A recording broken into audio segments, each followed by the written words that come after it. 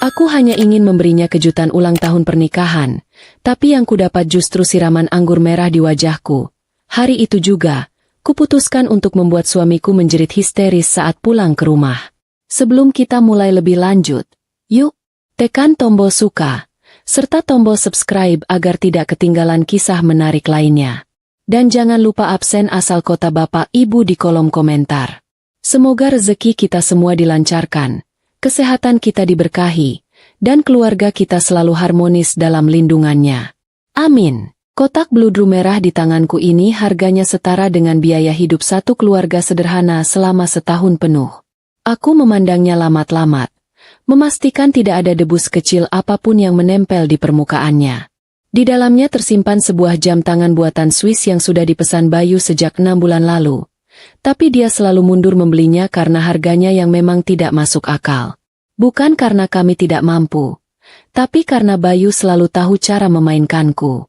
Dia akan bersikap seolah dia suami yang hemat dan pengertian, menolak membeli barang mewah demi masa depan perusahaan batik warisan ayahku. Padahal, dia tahu betul kalau aku, istrinya yang tidak tega melihat wajah memelas suaminya, pasti akan membelikannya diam-diam sebagai hadiah ulang tahun pernikahan kami yang kelima. Rasanya lucu sekali kalau mengingat bagaimana dulu ayahku menentang hubungan kami mati-matian. Ayah bilang Bayu itu seperti benalu yang berlindung di balik wajah tampan dan tutur kata manis. Tapi namanya juga orang jatuh cinta. Waktu itu telingaku rasanya tersumbat kapas tebal.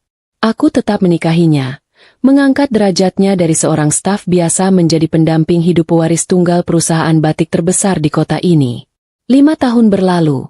Dan hari ini aku ingin membuktikan pada diriku sendiri bahwa pilihanku tidak salah. Hadiah ini adalah simbol bahwa pernikahan kami sukses, kuat, dan mahal. Setidaknya, itulah yang ingin aku percayai sore ini sebelum badai itu datang menghantam. Mobilku melaju perlahan membelah kemacetan Jakarta yang sudah seperti rutinitas wajib bagi warga kota ini. Sopir pribadiku, Pak Ujang, sesekali melirik dari spion tengah. Mungkin heran melihat majikannya senyum-senyum sendiri seperti orang yang baru menang undian panci. Aku baru saja pulang dari pabrik di Solo, mengecek proses pewarnaan kain sutra yang rumitnya minta ampun. Tubuhku rasanya remuk, bau malam dan pewarna tekstil mungkin masih samar-samar menempel di baju kurungku, tapi semangatku sedang ada di puncak. Bayu bilang dia ada pertemuan bisnis penting dengan investor di sebuah restoran mewah di Jakarta Selatan. Katanya, dia tidak bisa pulang cepat. Kebohongan kecil yang manis, pikirku waktu itu. Aku berniat datang ke sana, muncul tiba-tiba, dan membayar tagihan makan malamnya sekalian memberikan jam tangan ini. Ponselku bergetar pendek di atas tas tangan. Pesan singkat dari Bayu masuk. Isinya cuma memberi kabar kalau pertemuannya mungkin akan lama karena kliennya banyak bicara. Aku tertawa kecil membaca pesan itu. Bayu itu kalau urusan bisnis sebenarnya tidak terlalu pintar. Dia lebih jago memoles penampilan daripada memoles strategi pasar. Makanya, jabatannya di kantor lebih banyak mengurusi hubungan masyarakat alias tebar pesona. Sementara urusan pusing hitung-hitungan uang tetap aku yang pegang. Lucunya, dia sering merasa dialah otak dari segalanya. Biarlah, laki-laki memang kadang butuh panggung sandiwara untuk memuaskan egonya yang setinggi langit itu.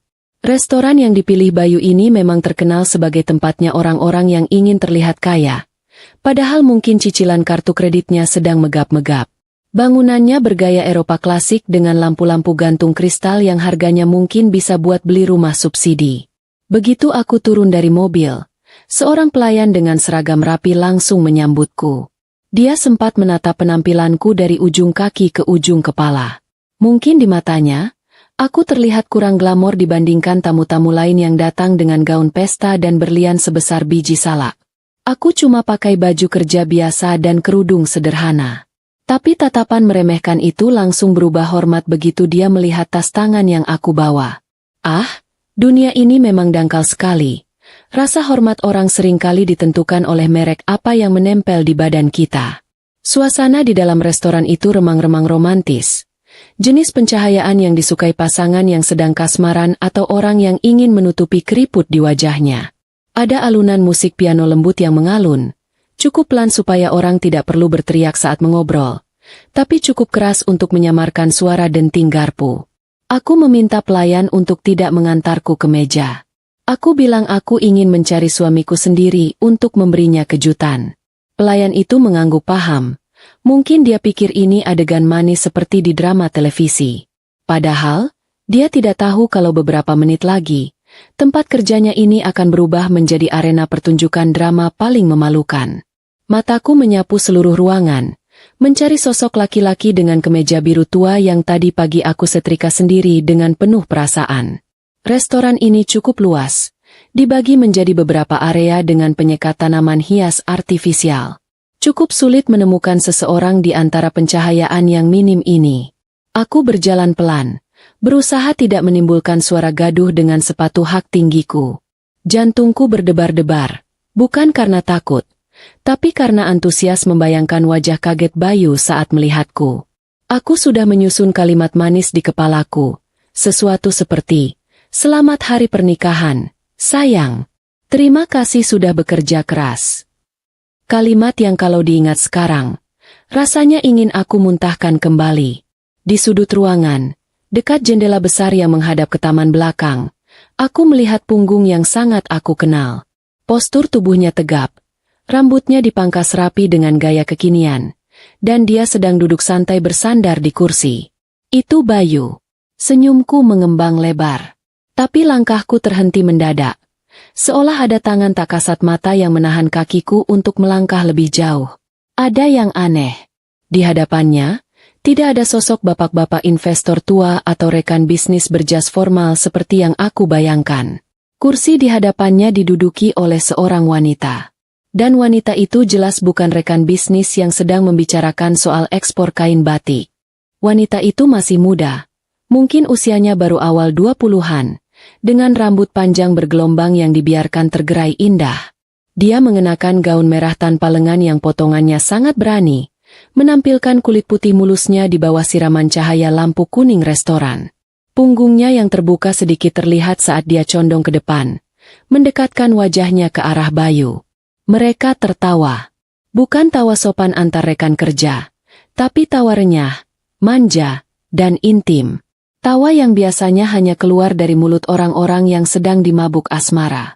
Kotak jam tangan di genggamanku terasa semakin berat, seolah berubah menjadi bongkahan batu kali yang dingin. Aku memutuskan untuk tidak langsung melabrak. Pelajaran nomor 1 menjadi pebisnis. Jangan ambil keputusan saat data belum lengkap. Aku mundur selangkah, menyembunyikan diri di balik pilar besar yang dilapisi cermin. Dari pantulan cermin itu, aku bisa melihat wajah Bayu dengan jelas. Wajah itu berseri-seri. Matanya berbinar menatap wanita di depannya. Tatapan yang dulu, 5 tahun lalu, pernah dia berikan padaku saat dia melamarku di warung tenda pecel lele. Bedanya, sekarang mereka duduk di restoran yang harga air putihnya saja bisa buat beli bensin seminggu. Ironis sekali. Uang hasil keringatku di pabrik, uang yang aku kumpulkan dengan menghirup asap lilin panas setiap hari, dipakai suamiku untuk mentraktir wanita lain di tempat semewah ini. Lihatlah tingkah laku wanita itu. Dia menyuapkan potongan daging ke mulut Bayu. Dan Bayu, laki-laki yang kalau di rumah selalu minta dilayani bak raja, menerima suapan itu dengan mulut terbuka lebar seperti anak burung kelaparan. Menjijikan. Dadaku mulai terasa sesak. Seperti ada yang memompa udara panas ke dalam paru-paruku. Tapi anehnya, aku tidak menangis. Air mataku sepertinya sudah kering. Atau mungkin rasa kaget ini begitu besar sampai-sampai sistem syarafku lupa cara memproduksi air mata. Yang ada hanyalah rasa dingin yang merambat dari ujung kaki naik ke kepala. Rasa dingin yang membuat pikiranku justru menjadi sangat jernih. Sejernih kristal gelas anggur yang ada di meja mereka. Nama wanita itu Elsie. Aku tahu wajah itu, atau setidaknya wajah yang mirip dengan itu. Dia sering muncul di majalah-majalah gaya hidup pria dewasa yang kadang-kadang dibaca oleh staf pemasaran di kantor. Seorang model, atau selebgram, atau apalah sebutan untuk orang-orang yang kerjanya pamer kemewahan semu di media sosial. Pantas saja Bayu sering beralasan lembur atau dinas luar kota akhir-akhir ini. Ternyata, dinasnya bukan mengurus kain, tapi mengurus wanita yang perawatannya pasti lebih mahal dari biaya produksi 1 kontainer batik. Selera suamiku ternyata rendahan sekali. Dia menukar berlian yang tulus dengan kaca hiasan yang berkilau tapi rapuh. Perlahan, aku memperhatikan detail di meja mereka. Ada sebotol anggur merah mahal yang isinya sudah tinggal setengah. Ada 2 piring makanan penutup yang bentuknya cantik tapi porsinya sedikit sekali. Khas makanan orang kaya yang katanya seni. Padahal cuma bikin perut keroncongan lagi 2 jam kemudian. Mereka tampak begitu bahagia. Seolah dunia ini hanya milik mereka berdua. Bayu sesekali memegang tangan Elsie, mengelus punggung tangannya dengan lembut. Gerakan yang sama persis yang dia lakukan padaku saat dia minta dibelikan mobil baru bulan lalu. Ternyata, itu adalah naskah drama yang sama yang dia mainkan untuk semua penontonnya. Aku merasa seperti penonton yang tertipu membeli tiket mahal untuk pertunjukan daur ulang. Aku menarik napas panjang, mencoba menetralkan gemuruh di dada. Bau parfum ruangan yang bercampur aroma masakan mahal ini mendadak membuatku mual. Rasanya aku ingin lari keluar, pulang ke rumah, masuk ke dalam selimut, dan berharap ini semua cuma mimpi buruk karena aku terlalu lelah bekerja. Tapi aku bukan wanita lemah seperti di sinetron yang kerjanya cuma menangis di pojokan menunggu keajaiban. Aku adalah Kirana, wanita yang memimpin ratusan karyawan pabrik, wanita yang biasa menghadapi preman pasar demi mendapatkan bahan baku terbaik. Kalau aku bisa menghadapi kerasnya dunia bisnis, masa menghadapi satu suami tidak tahu diri dan satu boneka cantik saja aku tidak bisa? Tiba-tiba, tawa Elsie meledak lagi. Kali ini lebih keras. Sampai beberapa orang di meja sebelah menoleh dengan tatapan terganggu. Kamu lucu banget sih, Mas.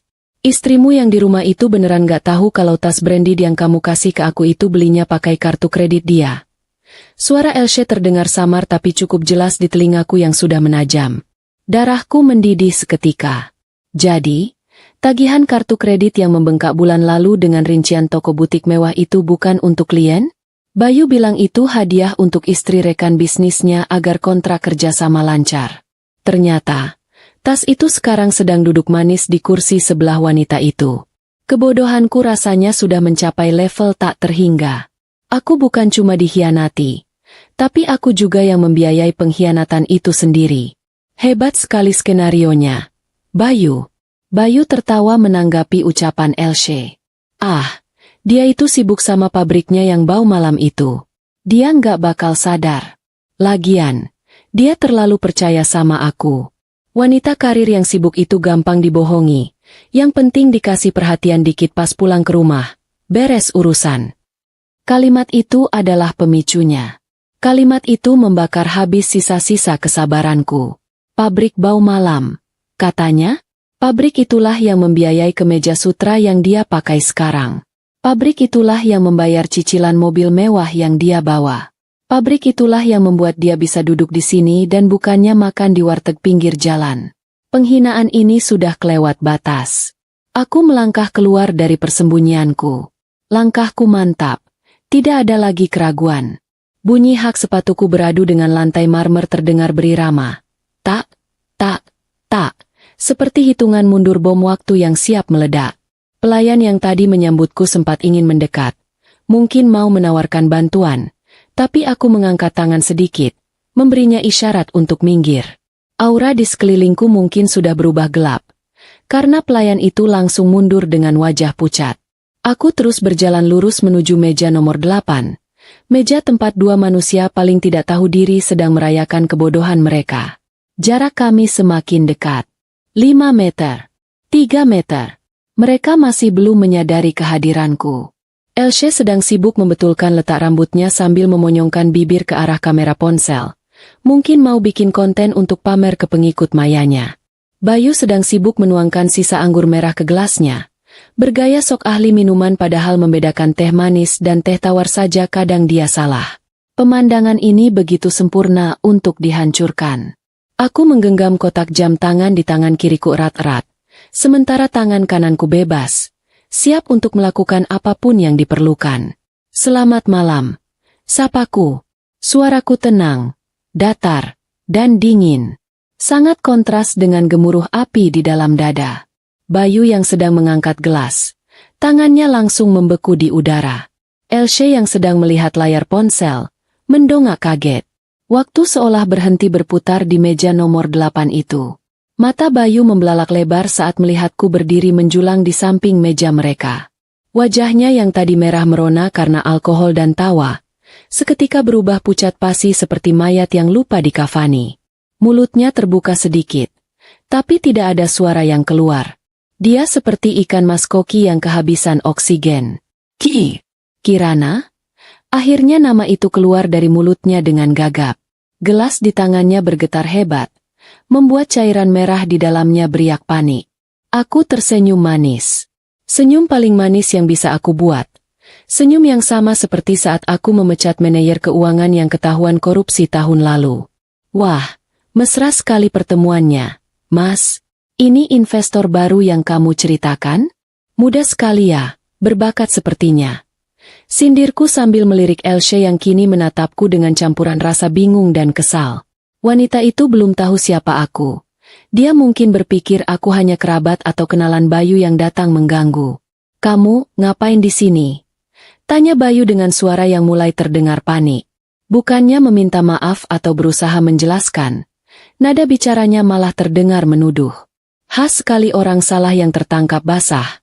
Pertahanan terbaik adalah menyerang. Aku tadinya mau kasih kejutan buat suami tercinta yang sedang kerja keras lembur demi masa depan. Jawabku santai sambil meletakkan kotak jam tangan itu di atas meja dengan sedikit hentakan. Suara buk dari kotak bludru yang menghantam meja kaca membuat mereka berdua tersentak. Tapi sepertinya, lanjutku sambil menatap mata Bayu tajam, aku yang justru dapat kejutan paling meriah malam ini. Elsie mendengus kasar. Dia melipat tangannya di dada, memamerkan belahan dadanya dengan angkuh. Siapa sih perempuan ini, Mas? Ganggu banget deh. Suruh pergi sana. Katanya kita mau private dinner.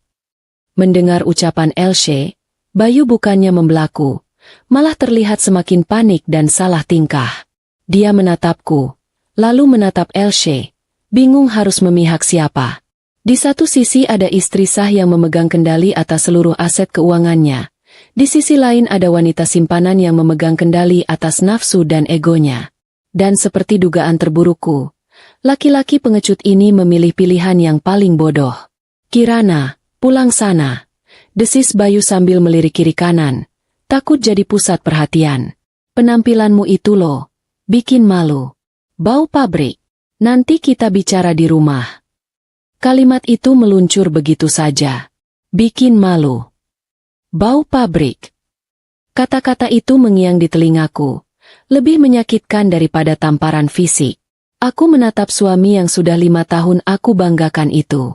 Sosoknya mendadak terlihat kerdil, kecil, dan menyedihkan. Rasa cintaku yang tadi sore masih tersisa sedikit, kini menguap habis tak berbekas, digantikan oleh satu tekad bulat, pembalasan. Aku tidak beranjak 1 senti pun. Aku justru menarik kursi kosong dari meja sebelah dan duduk dengan tenang di antara mereka. Bicara di rumah? Tanyaku pelan sambil menatap gelas anggur di tangan Bayu. Kenapa tidak di sini saja? Mumpung ada saksinya. Sekalian kita bahas, siapa sebenarnya yang bikin malu di sini? Mendengar tantanganku, urat di leher Bayu langsung menegang. Wajahnya yang tadi pucat kini memerah padam, tapi bukan karena malu, melainkan karena amarah yang terkumpul.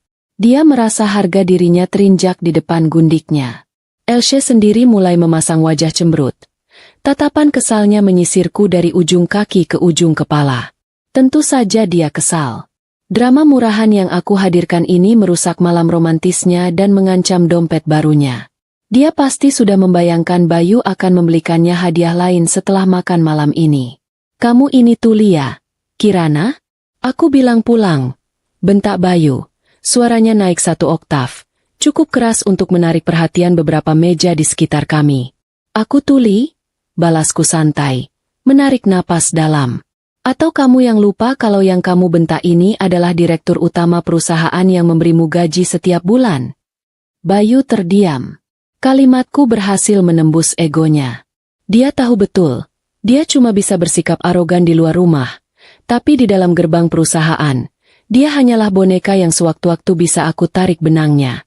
Keheningan singkat itu dimanfaatkan Elsie untuk kembali beraksi.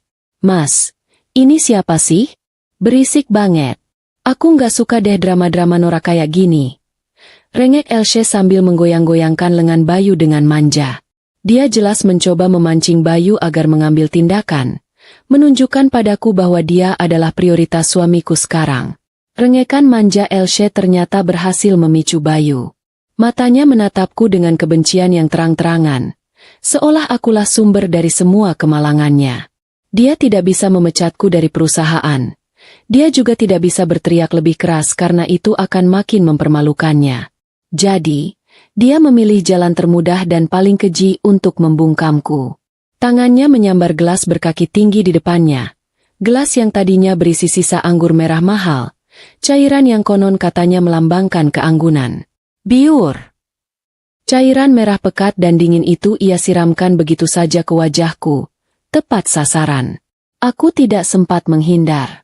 Kerudung sutra yang tadi kupakai untuk menutupi rambutku kini basah kuyup, menempel di wajah dan leherku, membuatku mendadak kesulitan bernapas. Cairan merah itu menetes dari ujung daguku, membasahi baju kurungku yang baru saja aku kenakan. Rasanya dingin, lengket, dan berbau asam. Bukan hanya anggur, tapi juga penghinaan yang menusuk ulu hati. Aku merasa kotor, direndahkan, dan diinjak-injak di tempat yang seharusnya menjadi tempat yang berkelas. Tawa Elsie langsung meledak, memecah keheningan restoran yang sempat terhenti karena adegan brutal itu. Tawa itu cempreng, keras, dan penuh kemenangan. Dia tertawa terbahak-bahak sambil menutup mulut dengan punggung tangan, seolah-olah apa yang baru saja terjadi adalah adegan paling lucu di dunia. Ya ampun, Mas!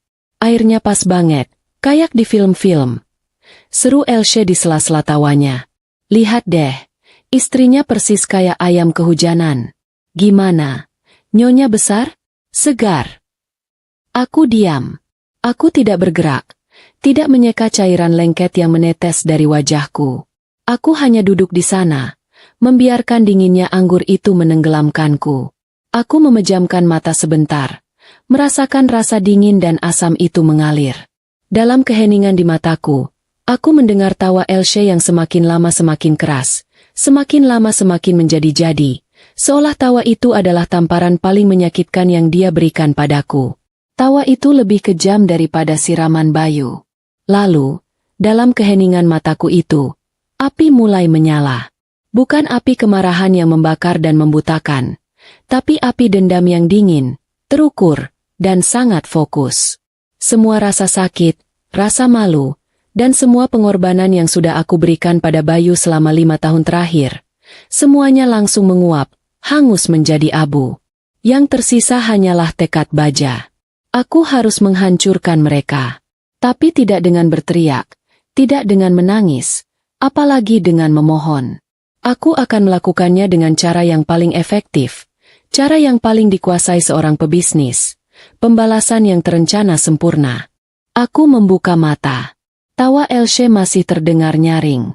Aku tidak menyeka wajahku. Aku hanya menatap Bayu yang kini terlihat tegang karena sadar tindakannya sudah kelewat batas. Aku menatap Elsie yang tawanya mulai mereda, namun masih menyunggingkan senyum kemenangan. Aku menarik napas dalam. Bau anggur dan parfum mahal menusuk hidungku. Dengan gerakan yang sangat tenang, tanganku bergerak di bawah meja, menyentuh ponselku yang tersembunyi di dalam tas tangan. Aku tidak mengambilnya, tapi aku memastikan tombol perekam video di ponselku sudah menyala. Ya, sebelum aku melangkah keluar dari balik pilar tadi, aku sudah bersiap. Naluri bisnisku memberitahuku bahwa konfrontasi tanpa bukti adalah kebodohan, apalagi menghadapi laki-laki yang sudah aku tahu tabiatnya. Ponselku sekarang merekam suara, dan mungkin juga siluet adegan ini. Aku tahu yang akan terjadi selanjutnya. Aku harus membalas, bukan karena emosi, tapi untuk melengkapi alibi dan adegan pembalasanku.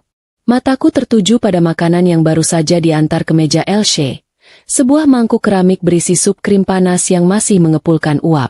Sup krim itu terlihat begitu lembut, begitu creamy, dan aku tahu persis itu akan terasa sangat menyakitkan jika ditumpahkan ke kulit. Aku tersenyum tipis. Senyum itu tidak mencapai mataku, tapi itu cukup membuat Bayu dan Elsie terdiam, merasa tidak nyaman dengan tatapanku yang tiba-tiba kosong. "Mas Bayu," kataku pelan. Suaraku terdengar serak karena basah. "Terima kasih banyak atas siraman anggurnya. Anggap saja ini pembersihan dosa-dosa kita selama 5 tahun ini." Bayu tidak sempat menjawab. Dengan kecepatan yang mengejutkan, aku menerjang ke depan. Tanganku tidak menyentuh Bayu. Sasaran utamaku adalah Elsie, sang penonton yang paling menikmati penderitaanku. Sebelum dia sempat bereaksi, tanganku sudah lebih dulu menyambar mangkuk sup krim panas itu. "Ah, panas! Gila!" Jeritan Elsie langsung memekakan telinga. Jauh lebih keras dan memilukan daripada tawanya beberapa detik lalu. Sup krim yang tadi terlihat lembut, kini menempel lengket di rambut, bahu, dan punggung mulusnya. Wajahnya yang tadi berseri-seri langsung berubah panik, merah, dan mengerikan. Dia melompat berdiri, mencakar-cakar sup krim yang menempel di kulitnya sambil berteriak-teriak kesakitan.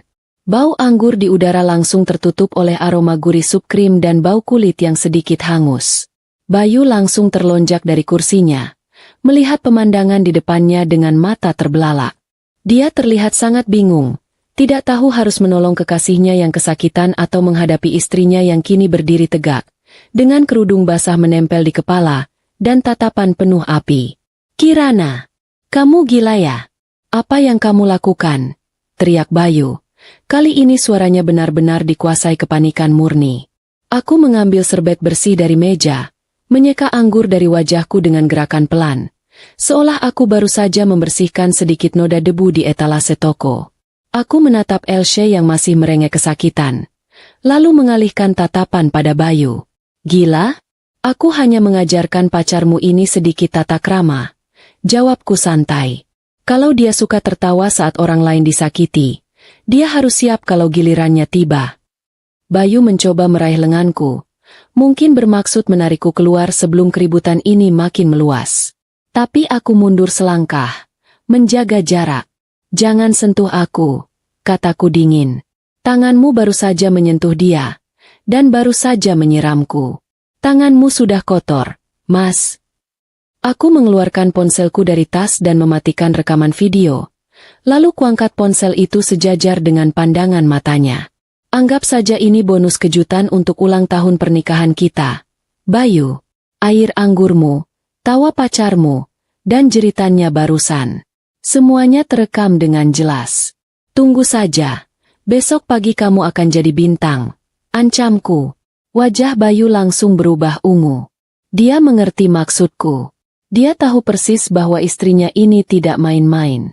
Reputasinya, kedudukannya, dan semua panggung sandiwara yang selama ini dia bangun, kini berada di ujung tanduk, tergantung pada satu tombol unggah di tanganku.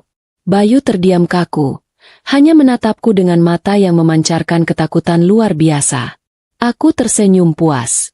Aku mengabaikan jeritan Elsie yang makin menjadi-jadi, juga tatapan penasaran dari semua pengunjung restoran. Aku memungut kotak bludru merah berisi jam tangan mahal tadi. Aku membuka tutupnya sebentar, menatap benda mengilap di dalamnya. Lalu, dengan gerakan yang elegan dan tanpa ragu, aku lemparkan kotak itu ke Bayu. "Bungkus hadiah ulang tahun pernikahanmu. Sudah kubayar lunas. Harganya aku potong dari gaji bulan depanmu," kataku. "Selamat malam, Mas. Sampai jumpa di pengadilan." Aku berbalik dan melangkah keluar dari restoran itu. Langkahku terasa ringan. Kerudung basah di kepalaku tidak lagi terasa dingin, melainkan seperti mahkota kemenangan. Aku meninggalkan Bayu yang terpaku antara menolong kekasihnya yang menjerit panas, atau mengejar istrinya yang baru saja menghancurkan seluruh hidupnya. Pilihan yang sulit, bukan? Aku adalah Kirana. Dan permainannya baru saja dimulai.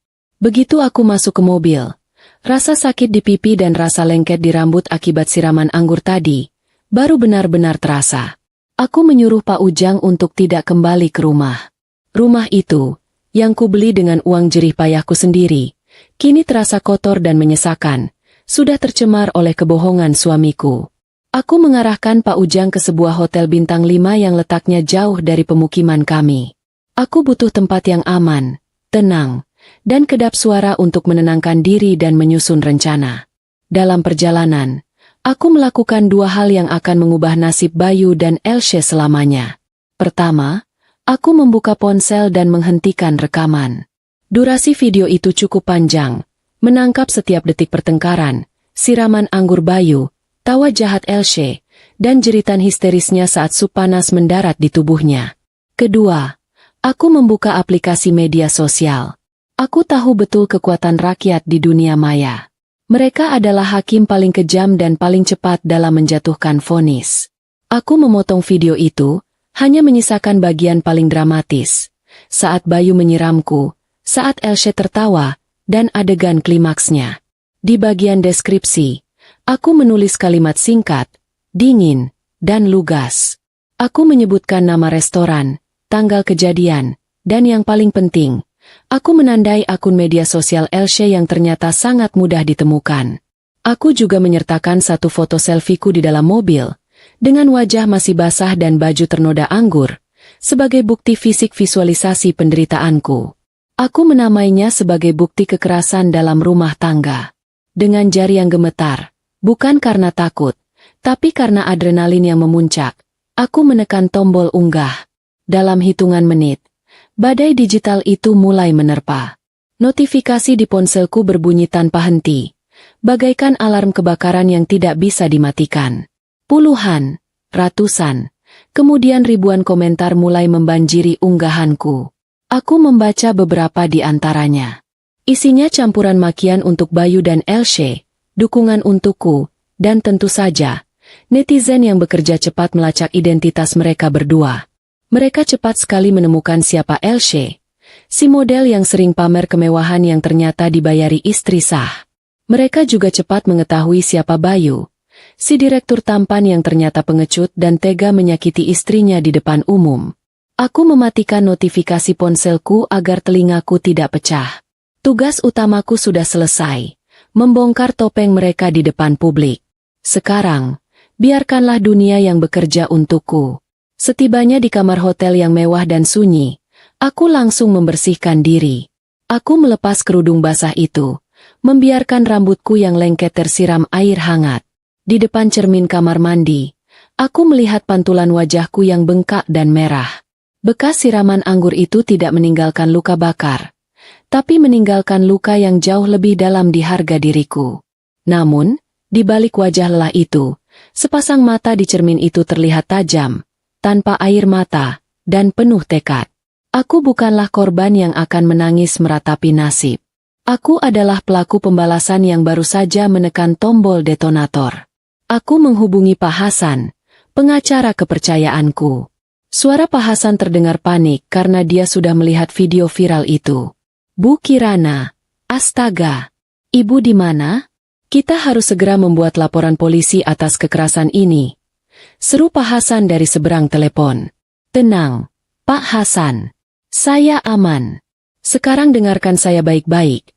Kataku dengan suara yang tenang dan berwibawa, seolah aku sedang memimpin rapat dewan direksi. Besok pagi, siapkan berkas gugatan cerai. Masukkan pasal-pasal kekerasan dalam rumah tangga, dan juga pasal perselingkuhan. Saya mau dia dituntut seberat-beratnya. Baik, Bu Kirana. Tapi bagaimana dengan aset? Terutama rumah utama?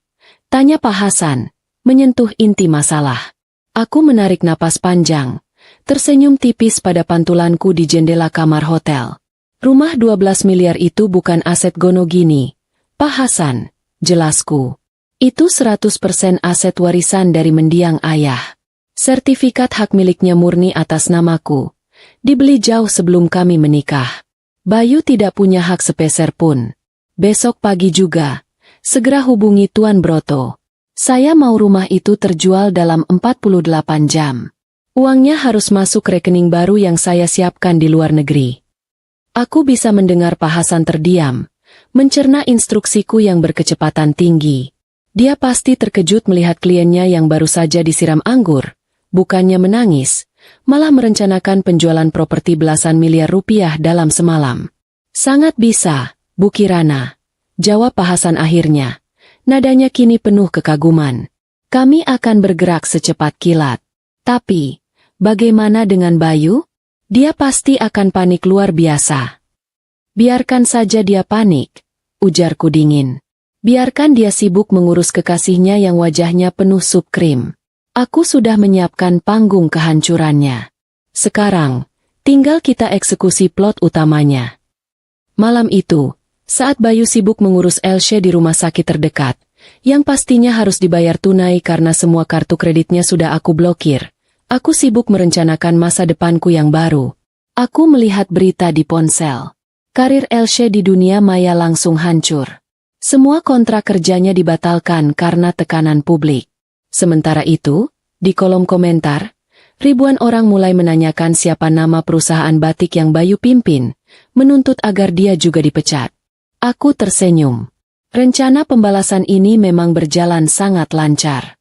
Bayu pikir dia bisa mempermainkan cinta dan harta seorang pewaris? Dia salah besar. Aku adalah pewaris yang tahu cara bertarung dengan modal dan strategi, bukan cuma dengan air mata. Aku berbaring di tempat tidur yang empuk, kelelahan, tapi hatiku terasa damai. Aku sudah tidak lagi mencintai Bayu. Semua perasaanku sudah mati, terbakar habis oleh siraman anggur merah yang dingin itu. Rasa sakit ini telah diubah menjadi kekuatan. Aku memejamkan mata, siap menyambut pagi. Pagi di mana hidup baruku dimulai, dan hidup Bayu akan berakhir. Sinar matahari pagi yang cerah menembus jendela hotel mewah itu, tidak berhasil meredakan ketenangan yang sudah aku ciptakan semalam suntuk. Aku bangun, mandi, dan berganti pakaian kerja terbaikku. Hari ini bukan hanya hari perceraian, tapi hari pengambilan kembali seluruh aset dan harga diri. Aku duduk di meja, membuka laptop, dan melihat surel dari Pak Hasan. Semua berkas siap. Tuan Broto, rekan bisnis lama ayah, sudah menyanggupi pembelian rumah 12 miliar rupiah itu secara tunai hari ini juga, tanpa banyak tanya, asalkan transaksi diselesaikan cepat. Keputusan menjual rumah secepat ini bukan tanpa pertimbangan. Rumah itu sudah ternoda, dan aku tidak mau lagi tinggal di sana. Selain itu, kecepatan adalah senjataku untuk mematahkan setiap peluang Bayu melakukan perlawanan hukum. Jika rumah itu sudah berpindah tangan, dia tidak bisa menuntut sepeser pun. Aku menekan semua berkas yang dikirim Pak Hasan melalui kurir khusus. Aku tidak repot-repot datang ke kantor notaris. Semua proses legalitas berjalan di belakang layar. Sangat senyap, persis seperti cara kerjaku di belakang meja direksi. Di saat yang sama, aku melancarkan serangan kedua, melucuti segala fasilitas yang berasal dari perusahaan.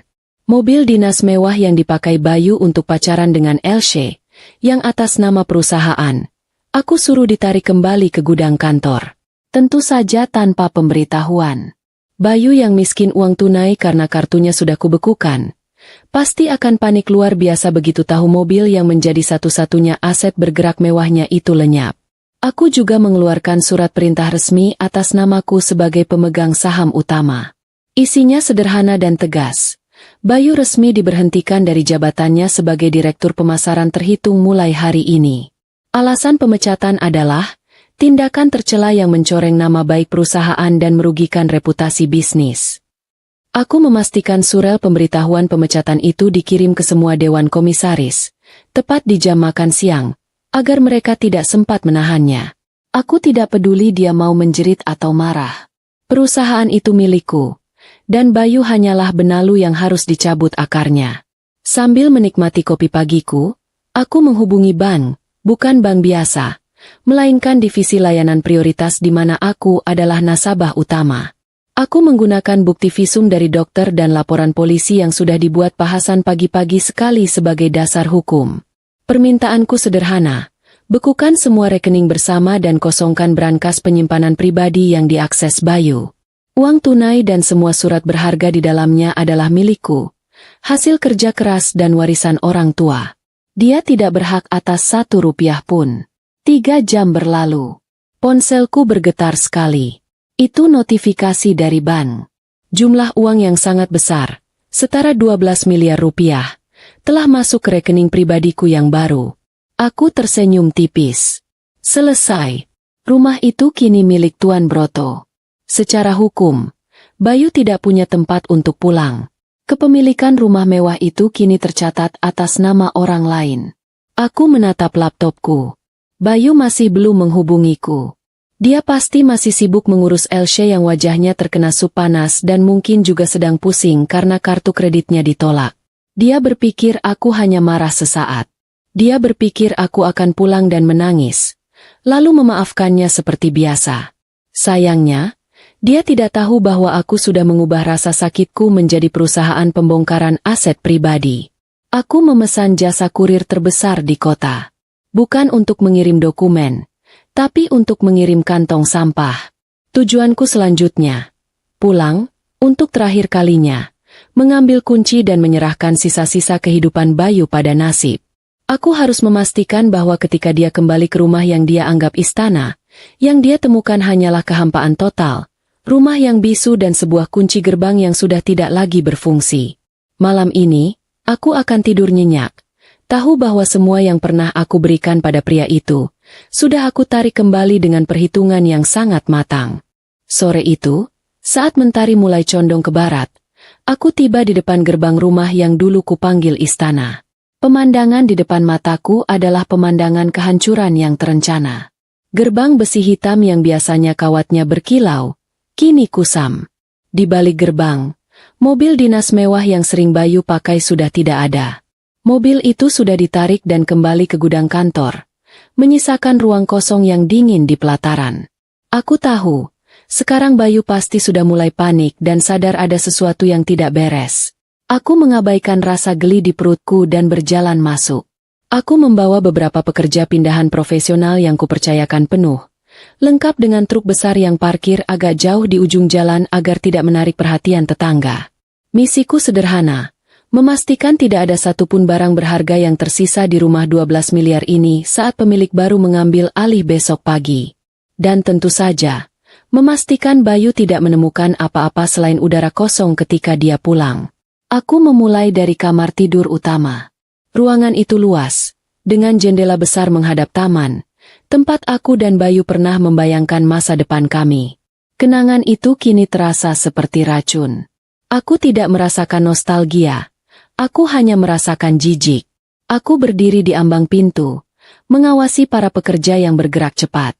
Aku menyuruh mereka memilah barang dengan teliti. Semua perhiasan, surat berharga, dan benda-benda antik peninggalan ayah, aku suruh masukkan ke dalam kotak khusus yang terkunci. Di lemari pakaian Bayu yang sebesar kamar kos-kosan, tersusun rapi jas-jas mahal yang kubelikan di luar negeri dan koleksi jam tangan yang harganya bisa membeli motor. Aku memegang salah satu jas sutra itu, mencium aroma parfum Bayu yang bercampur aroma asing, mungkin aroma parfum Elsie.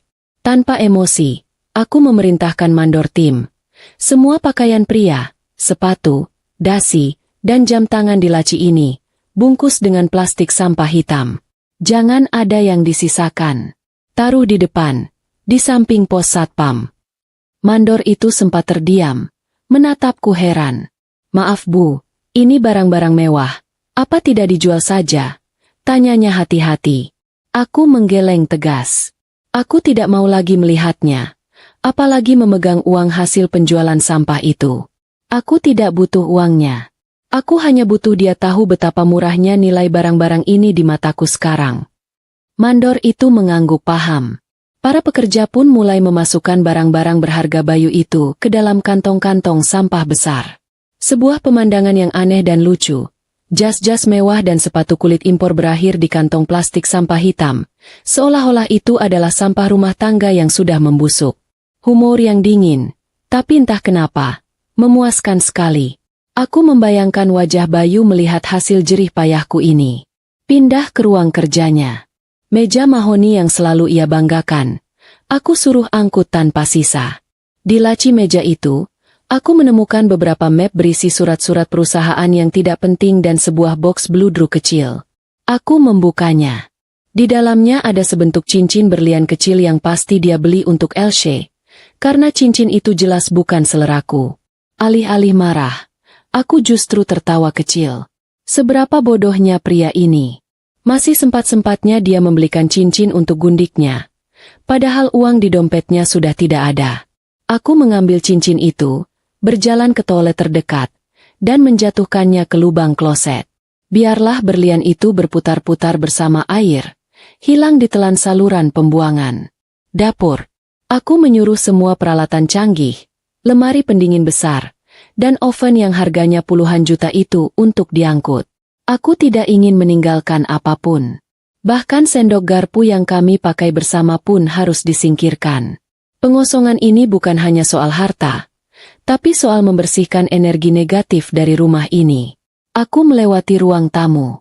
Sofa kulit impor seharga mobil, lukisan-lukisan abstrak mahal, dan lampu kristal yang Bayu selalu pamerkan kepada teman-temannya. Semua diangkut. Aku berdiri di tengah ruangan yang kini mulai kosong. Suara langkahku menggema di lantai marmer yang dingin. Rasanya sunyi dan lapang. Keheningan yang sangat nyaman. Pekerjaan ini memakan waktu hingga malam. Ketika lampu jalan mulai menyala, rumah 12 miliar itu benar-benar kosong melompong. Hanya tersisa debu dan bayangan di lantai. Tidak ada lagi furnitur, tidak ada lagi barang pribadi, tidak ada lagi tanda-tanda kehidupan di sana. Kecuali tumpukan kantong sampah besar di depan pos satpam, berisi semua barang-barang milik Bayu. Sebelum aku pergi, aku melakukan satu hal terakhir. Aku mengambil kunci cadangan rumah ini, kunci yang kini tak lagi berguna, dan sebuah amplop coklat. Amplop itu berisi surat pemecatannya dari perusahaan, salinan surat gugatan cerai, dan salinan akta jual beli rumah yang sudah ditandatangani. Aku menjepit amplop itu di pintu depan dengan pita perekat, memastikan Bayu akan melihatnya begitu dia tiba. Aku melangkah keluar dari gerbang, menyerahkan kunci yang sudah tidak berfungsi itu kepada perwakilan Tuan Broto yang sudah menunggu. Selamat malam. Rumah ini milik Tuan Broto sekarang, kataku. Tugas saya sudah selesai. Aku masuk ke mobil dan melaju pergi. Aku tidak menoleh ke belakang. Aku tahu, aku telah menghapus 5 tahun kehidupanku di rumah itu dalam waktu kurang dari 1 hari. Pembalasanku bukan berupa tangisan dan air mata, tapi berupa aksi take over aset yang sangat terstruktur. Biarlah Bayu berpikir dia sedang menghadapi istri yang marah. Padahal, dia sedang menghadapi seorang pemilik modal yang tahu cara melikuidasi aset bermasalah. Malam ini, aku akan tidur nyenyak di hotel, sementara Bayu akan kembali ke rumah kosong, rumah yang akan menyambutnya dengan tawa hampa dan tumpukan kantong sampah. Bayu sekarang berada di titik didih amarah, panik, dan kebingungan.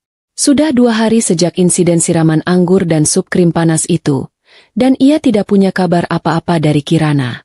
Ponselnya mati total. Semua kartu kreditnya ditolak mentah-mentah oleh mesin, membuatnya kelimpungan bahkan untuk membayar tagihan rumah sakit Elsie yang wajahnya kini membengkak dan penuh salep murah. Ia harus memohon belas kasihan pada beberapa teman lamanya untuk mendapatkan uang tunai seadanya.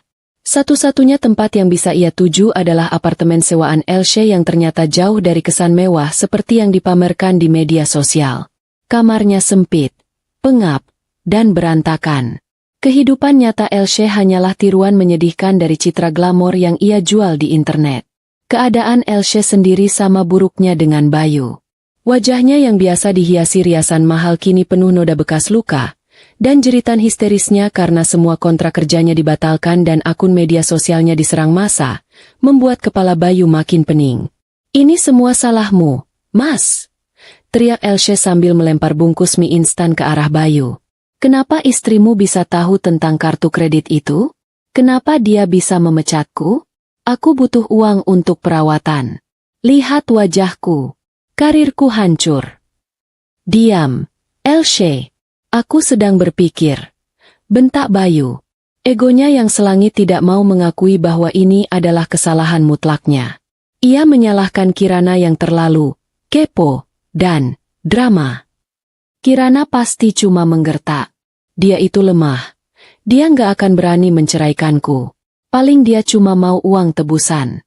Dia butuh aku untuk mengurus perusahaan. Namun, di tengah semua rengekan Elsie dan omongan besarnya sendiri, satu hal yang paling mengganggu Bayu, mobil dinasnya hilang. Mobil mewah itu biasanya terparkir manis di depan apartemen Elsie, tapi pagi ini, mobil itu lenyap. Ia sudah menelepon kantor dengan nada tinggi, mengancam sekretarisnya. Dan ia hanya mendapat jawaban datar bahwa mobil itu ditarik atas perintah direktur utama. Direktur utama? Ia adalah direktur pemasaran. Tapi bayangan sosok Kirana yang dingin di restoran, yang berani menyiram sup krim panas, membuat tengkuknya merinding. Kirana tidak sedang marah. Kirana sedang berperang. Saat ia sedang mondar-mandir panik di kamar sempit itu, ponsel jadul milik Elsie, yang ia beli karena ponsel pintarnya sudah disita karena tidak mampu membayar cicilan, berbunyi. Itu adalah surel. Surel resmi dari perusahaan. Bayu langsung merebut ponsel itu dengan tangan gemetar. Matanya membaca setiap baris kalimat dalam surel tersebut. Pemberitahuan pemberhentian jabatan. Saudara Bayu resmi diberhentikan dari posisi direktur pemasaran terhitung sejak hari ini, karena tindakan tercela yang merugikan nama baik perusahaan dan melanggar kode etik. Bayu terhuyung mundur. Ia merasa seolah ada tinju tak terlihat yang menghantam dadanya. Dipecat? Dari perusahaan istrinya sendiri? Perusahaan yang selama ini dia banggakan sebagai ladang penghasilannya. Perusahaan yang dia kira akan jadi miliknya setelah Kirana melunak? Dia, si direktur, kini hanyalah pengangguran yang bersembunyi di apartemen kumuh dengan simpanannya yang babak belur. Ada apa, Mas? Wajahmu pucat begitu? Tanya Elsie dengan nada khawatir yang lebih terdengar sebagai kekesalan karena Bayu terlihat akan pingsan. Bayu tidak menjawab. Ia menjatuhkan ponsel itu ke lantai. Habis. Semuanya habis, Elsie. Bisiknya, suaranya parau. Aku dipecat. Semua fasilitas dicabut. Dia melakukan ini. Kirana benar-benar melakukannya. Air mata Elsie yang tadi hanya untuk meratapi nasibnya sendiri, kini berubah menjadi air mata kemarahan padanya. Kamu bajingan. Kamu bilang kamu kaya. Kamu bilang kamu akan ceraikan dia dan memberiku rumah mewah. Sekarang, kamu cuma laki-laki pecundang yang dipecat istrinya sendiri. Keluar. Aku tidak mau hidup dengan gelandangan. Elsie mendorong tubuh Bayu yang lunglai. Bayu, yang sudah kehabisan energi dan modal, tidak melawan. Ia diusir, ditendang keluar dari satu-satunya tempat yang ia anggap aman. Ia kini berdiri di lorong apartemen yang bau dan pengap, tanpa uang, tanpa mobil, dan tanpa pekerjaan. Kini hanya ada satu tempat yang harus ia tuju. Rumah 12 miliar itu. Dia harus kembali ke sana. Dia harus menghadapi Kirana, memohon, mengancam, apapun yang diperlukan. Rumah itu masih ada. Rumah itu harta Gonogini. Dia yakin itu. Dia harus mengambil kembali istananya. Dengan sisa-sisa tenaga, Bayu mulai berjalan kaki menuju perumahan elit yang berjarak belasan kilometer dari tempatnya berdiri. Dia berjalan menuju kehancuran terbesarnya, tanpa tahu bahwa rumah itu, bahkan sebelum dia sampai di sana, sudah bukan lagi miliknya. Bayu tiba di gerbang perumahan elit itu setelah berjalan kaki selama berjam-jam. Kakinya terasa melepuh, pakaiannya kusut, dan tubuhnya basah kuyup oleh keringat. Ia terlihat seperti gelandangan yang tersesat di tengah kemewahan. Saat ia berjalan melewati rumah-rumah megah tetangganya, rasa malunya membuncah. Ia harus segera masuk dan mengambil alih situasi sebelum ada yang melihat keadaannya yang menyedihkan ini. Ia berjalan cepat menuju gerbang hitam rumahnya yang menjulang. Jantungnya berdebar, bukan karena cinta atau rindu, tapi karena ketakutan. Ia menekan tombol kode akses pribadinya yang sudah ia hafal di luar kepala. Bip, bip, bip. Akses ditolak. Bayu mengerutkan dahi. Ia menekan ulang kodenya. Kali ini lebih lambat dan hati-hati. Hasilnya sama. Akses ditolak. Tentu saja. Pasti Kirana mengganti kodenya. Pengecut. Ia mengumpat dalam hati. Dia mencoba menekan tombol intercom. Tapi tidak ada jawaban. Tiba-tiba, gerbang pos satpam kecil di samping gerbang utama terbuka. Keluarlah dua orang pria tegap berseragam biru tua yang sama sekali tidak Bayu kenal. Wajah mereka keras. Tatapan mereka dingin dan profesional. Bukan Udin, satpam tua yang selama ini selalu menyambut Bayu dengan senyum hormat. Selamat sore, ada yang bisa kami bantu, Pak? Tanya salah satu pria itu dengan nada datar. Bayu langsung menegakkan tubuhnya, berusaha memulihkan wibawanya yang sudah jatuh ke lumpur. Saya pemilik rumah ini. Kenapa gerbangnya tidak bisa dibuka? Dan kalian ini siapa? Mana satpam lama? Pria kedua maju selangkah, menatap Bayu dari atas ke bawah, menilai penampilannya yang kacau. Maaf, Bapak bukan pemilik rumah ini lagi, katanya lugas. Kami adalah petugas keamanan dari pemilik yang baru. Kami diperintahkan untuk tidak mengizinkan siapapun, terutama Anda, untuk masuk. Darah Bayu serasa surut dari wajahnya. Ia menggeleng keras, seolah tidak percaya dengan apa yang baru saja didengarnya. Apa maksudmu?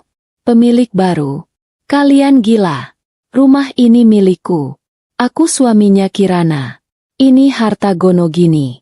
Kami belum cerai. Silakan periksa lagi dokumen Anda, Pak. Menurut surat-surat resmi yang kami pegang, rumah ini sudah resmi dijual oleh Ibu Kirana, pemilik sahnya, 2 hari yang lalu. Jelas petugas pertama. Jual beli ini sah di mata hukum karena sertifikatnya murni atas nama beliau. Kami minta Bapak segera meninggalkan area ini. Bayu terhuyung mundur, menyentuh gerbang besi dingin itu untuk menopang tubuhnya. Dijual? Rumah 12 miliar itu? Tidak mungkin. Kirana tidak akan berani melakukan itu tanpa persetujuannya. Tapi semua kartu yang diblokir, pemecatan, mobil yang hilang, semuanya mendadak masuk akal. Ini bukan gertakan. Ini adalah eksekusi. Di mana Kirana? Aku mau bicara dengannya. Teriak Bayu putus asa. Ibu Kirana sudah tidak di sini. Pak, rumahnya sudah kosong. Jawab petugas itu. Kosong. Bayu tidak bisa mempercayainya. Ia memohon, memelas, menyedihkan sekali. Tolong, biarkan aku masuk sebentar saja. Aku hanya ingin melihat. Aku tidak percaya. Mungkin karena kasihan atau hanya ingin Bayu segera pergi dan tidak membuat keributan. Salah satu petugas akhirnya membuka gerbang kecil. 5 menit. Pak, hanya sampai teras depan. Kami tidak bertanggung jawab atas apa yang Bapak temukan. Bayu menerobos masuk, berlari melewati pekarangan. Begitu pintu utama dibuka, ia terdiam kaku di ambang pintu. Ruangan itu luas, tapi hampa. Gema langkah kakinya adalah satu-satunya suara yang terdengar. Sofa kulitnya hilang. Lampu kristalnya hilang. Lukisan-lukisan mahalnya lenyap. Bahkan karpet di lantai pun tidak ada. Lantai marmer itu hanya menyisakan jejak debu. Rasanya seperti masuk ke makam yang baru digali. Di tengah keheningan yang memekakan telinga itu, mata Bayu menangkap sesuatu yang menempel di pintu garasi. Sebuah amplop coklat besar yang dijepit dengan plester bening.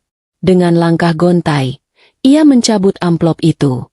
Isinya, salinan akta jual beli rumah yang sudah diteken Tuan Broto, surat pemecatannya dari perusahaan, salinan laporan polisi tentang KDRT yang menjeratnya sebagai tersangka, dan selembar kwitansi kecil yang diselipkan paling atas. Kwitansi itu adalah kwitansi pembelian mobil dinasnya, yang baru ditarik. Di bawahnya, ada tulisan tangan Kirana yang rapi dan tegas, tertulis menggunakan tinta merah. Lunas. Semua yang kau pakai, semua yang kau banggakan, adalah milikku. Sudah kuambil kembali. Bayu menjatuhkan lututnya ke lantai marmer yang dingin. Tawa itu keluar dari tenggorokannya. Bukan tawa bahagia, tapi tawa histeris. Tawa orang yang sudah kehilangan akal. Dia baru menyadari bahwa selama ini, dia hanya menari di atas panggung yang seluruhnya dibayar oleh Kirana. Saat ia menangis meraung-raung, matanya menoleh ke arah gerbang. Di sana, di samping pos satpam, ia melihatnya. Tumpukan besar kantong sampah hitam yang menjulang tinggi. Dengan tenaga terakhir, ia merangkak ke sana, membuka salah satu kantong. Di dalamnya, terselip rapi jas sutra mahalnya, sepatu impornya, dan jam tangan yang dulu ia banggakan. Semuanya sudah menjadi sampah. Kirana aa, teriak Bayu. Suaranya pecah dan tercekat. Itu adalah jeritan seorang raja yang kerajaannya telah direbut dalam semalam. Dia tidak punya apa-apa. Dia adalah gelandangan yang berdiri di depan rumahnya yang telah dijual. Dan di samping tumpukan kantong sampah berisi sisa-sisa kehidupannya yang sombong. Petugas keamanan itu menghampirinya. Tidak lagi bersikap sabar. Waktu Bapak habis. Silakan pergi. Jangan membuat keributan lagi di properti milik Tuan Broto. Bayu diseret keluar gerbang. Di sana, ia terdiam lunglai di trotoar. Tanpa uang, tanpa rumah, tanpa masa depan. Hanya ditemani tumpukan kantong sampah yang menertawakan kebodohannya. Setelah diusir dari gerbang, Bayu terbaring sebentar di trotoar, memandangi rumahnya yang kini dijaga ketat oleh petugas asing. Air matanya sudah kering, digantikan oleh rasa hampa yang membekukan. Ia tidak punya apa-apa lagi. Kartu sudah diblokir, uang nol, mobil ditarik, dan perusahaan telah memecatnya. Pria yang tadi pagi masih merasa dirinya adalah direktur penting, kini hanyalah pengangguran yang ditinggalkan di pinggir jalan. Ia bangkit, tubuhnya terasa berat, kakinya perih karena lecet. Hanya ada satu tempat yang terlintas di benaknya, satu-satunya tempat yang bisa memberinya setidaknya atap di atas kepala, apartemen sewaan Elsie. Bayu kembali berjalan kaki, menempuh belasan kilometer dengan pikiran kacau dan perut melilit lapar. Ia mengabaikan tatapan aneh orang-orang yang berpapasan dengannya. Seorang pria berpenampilan kacau, pakaian kotor, berjalan tanpa arah di malam hari. Dini hari, ia akhirnya sampai di gedung apartemen kumuh tempat Elsie bersembunyi. Lorongnya pengap, bau masakan basi dan lembab menusuk hidungnya. Ia menaiki tangga dengan gontai. Kakinya nyaris tidak sanggup lagi menopang tubuh. Tiba di depan pintu kamar Elsie. Ia menggedornya pelan, tidak punya tenaga untuk berteriak. Elsie buka. Ini aku, Bayu. Bisiknya, suaranya parau dan serak. Pintu terbuka. Elsie muncul. Penampilannya sama buruknya dengan Bayu. Wajahnya yang bengkak dan memerah karena sup krim sudah mulai mengering, menyisakan bekas luka yang jelas. Ia tidak memakai riasan, dan aura glamornya sudah lenyap tak bersisa. Ia menatap Bayu yang berdiri di depannya dengan jijik, seolah sedang melihat kotoran. Dari mana saja kamu? Hah? Aku kelaparan, seru Elsie. Nada suaranya penuh kekesalan, bukan khawatir. Bayu melangkah masuk dan langsung ambruk di lantai, tak sanggup lagi berdiri. Ia menatap Elsie dengan mata kosong. Semuanya habis. Elsie, dia menjual rumah itu. Dia mengambil semua uang di rekening. Aku dipecat. Aku tidak punya apa-apa lagi, katanya dengan suara hampir tak terdengar. Elsie terdiam, mencerna setiap kata itu. Wajahnya perlahan berubah. Dari kekesalan menjadi keterkejutan, lalu berubah menjadi kemarahan yang luar biasa. Ia adalah wanita yang hanya memuja kemewahan dan uang. Mendengar sumber uangnya kini benar-benar kering, membuatnya meledak. Apa? Kamu bilang habis. Kamu bajingan tidak berguna, jerit Elsie. Suaranya melengking tajam memecah keheningan malam. Ia mengambil bantal dan memukuli Bayu yang masih tergeletak di lantai. Kamu bilang kamu akan memberiku hidup mewah. Kamu bilang kamu akan menceraikannya dan kita akan terbang ke luar negeri. Kamu pembohong. Aku kehilangan segalanya karenamu. Wajahku hancur karenamu. Dan sekarang kamu datang ke sini sebagai gelandangan. Bayu mencoba menangkis pukulan-pukulan itu, memohon agar Elsie mau mengerti. Ini salah Kirana. Elsie, dia gila. Dia jahat. Dia jahat atau kamu yang memang pecundang, balas Elsie histeris. Ia meraih kerah baju Bayu, menyeretnya dengan sisa tenaganya menuju pintu keluar. Aku tidak mau hidup dengan pengemis sepertimu. Aku tidak butuh pria yang dipecat istrinya sendiri. Keluar dari kontrakanku. Pergi. Blaam. Pintu dibanting keras. Suara kunci diputar terdengar jelas di telinga Bayu. Dia ditinggalkan, diusir oleh kekasihnya sendiri, di lorong apartemen yang bau. Dia terbaring di lantai, sendirian, miskin, dan dikhianati oleh kedua wanita dalam hidupnya. Dia kehilangan istana mewahnya. Dan kini ia juga kehilangan satu-satunya tempat persembunyian yang ia punya. Di luar sana, ia tidak punya apa-apa. Bayu akhirnya menyerah. Ia tidak lagi marah, tidak lagi histeris. Ia hanya merasa hampa dan dingin. Ia tahu, di balik jeritan dan tangisan yang ia dengar dari balik pintu, Ia telah benar-benar sendirian di dunia ini. Kopi pahit yang ia dapatkan dari pembalasan Kirana, kini terasa sepahit dan sedingin nasibnya sendiri. Beberapa minggu berlalu, dan kabar mengenai Bayu dan Elsie mulai terdengar sayup-sayup. Namun kali ini bukan dari unggahan viral di media sosial, melainkan dari laporan berita lokal yang samar. Bayu, yang kini benar-benar menjadi gelandangan, terlihat mengais-ngais makanan di tempat sampah di salah satu sudut ibu kota. Pakaiannya compang-camping, janggut dan kumisnya tumbuh liar. Tubuhnya kurus dan kotor. Beberapa orang yang mengenalinya dari video viral itu hanya menatapnya dengan rasa iba bercampur ejekan. Karma telah dibayar tunai di jalanan.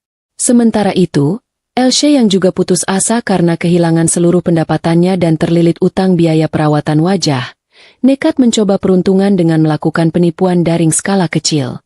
Ia menggunakan foto-foto lamanya untuk menipu para pengikut yang tersisa. Namun, ia tidak punya uang untuk kabur. Elsie akhirnya tertangkap oleh pihak berwajib. Ironisnya, saat polisi melakukan penangkapan, mereka menemukan Bayu sedang bersembunyi di sekitar tempat tinggal Elsie, kelaparan dan kebingungan. Bayu, yang sudah tidak punya apa-apa, mencoba mendapatkan sisa makanan dari Elsie. Keduanya akhirnya terseret bersama ke kantor polisi, dan wajah Elsie yang masih menyisakan bekas luka bakar itu terpampang di koran lokal, menjadi bukti visual bahwa kejahatan tidak pernah membawa kemewahan. Mereka divonis penjara selama 3 tahun atas kasus penipuan dan perbuatan tidak menyenangkan, sebagai akhir yang menyedihkan bagi 2 orang yang dulunya hanya memikirkan kemewahan palsu. Ribuan kilometer jauhnya dari hiruk-pikuk penjara ibu kota, aku sedang duduk dengan tenang di ruang tunggu bandara jet pribadi di Jenewa, Swiss. Di luar, pegunungan Alpen yang tertutup salju membentang indah, sebuah pemandangan yang tenang dan bersih. Pakaianku elegan, kerudungku rapi, dan wajahku memancarkan aura ketenangan yang kuat. Bekas siraman anggur dan sup krim sudah lama hilang tanpa jejak. Di pangkuanku, laptop terbuka. Aku baru saja menyelesaikan dokumen pendirian perusahaan baruku, sebuah perusahaan investasi yang akan mengelola dana 12 miliar rupiah hasil penjualan rumah lama, ditambah aset-aset lain yang berhasil kucairkan. Aku sudah tidak lagi berurusan dengan batik. Aku sudah beralih ke dunia investasi yang jauh lebih bersih dan tidak berbau malam.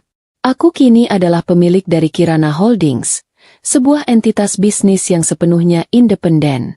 Ponselku bergetar sekali. Sebuah pesan dari Pak Hasan. Bu Kirana, kasus perceraian sudah selesai, resmi dan inkrah. Dan Bayu serta Elsie divonis 3 tahun penjara. Lunas. Aku membaca pesan itu tanpa mengubah ekspresiku. Tidak ada rasa gembira berlebihan. Tidak ada rasa balas dendam yang membara. Yang ada hanyalah rasa lega yang dalam. Seperti baru saja membersihkan kotoran yang menumpuk selama bertahun-tahun. Lunas. Aku sudah mendapatkan kembali semua yang hilang. Hartaku, harga diriku, dan yang terpenting, kendali penuh atas hidupku. Seorang pramugari menghampiriku, tersenyum ramah. Pesawat Anda sudah siap untuk keberangkatan, Bu Kirana. Aku menutup laptop. Aku berdiri, merapikan mantel wolku. Aku mengambil gelas kaca berisi sari buah apel segar di meja. Aku menatap cairan keemasan itu. Tidak ada anggur merah di sini. Anggur merah hanyalah simbol dari masa lalu yang pahit dan memalukan. Aku tersenyum. Senyum yang tulus, memancarkan kekuatan dan kebebasan sejati. Aku melangkah mantap menuju jet pribadi yang akan membawaku terbang ke kehidupan baru, kehidupan di mana aku adalah pembuat keputusan, pemilik segalanya, dan tidak akan ada lagi pria pengecut yang berani menyiramku dengan penghinaan. Aku telah membersihkan panggung sandiwara Bayu, dan kini aku siap memulai babak baru, yang 100% milikku. Aku bebas.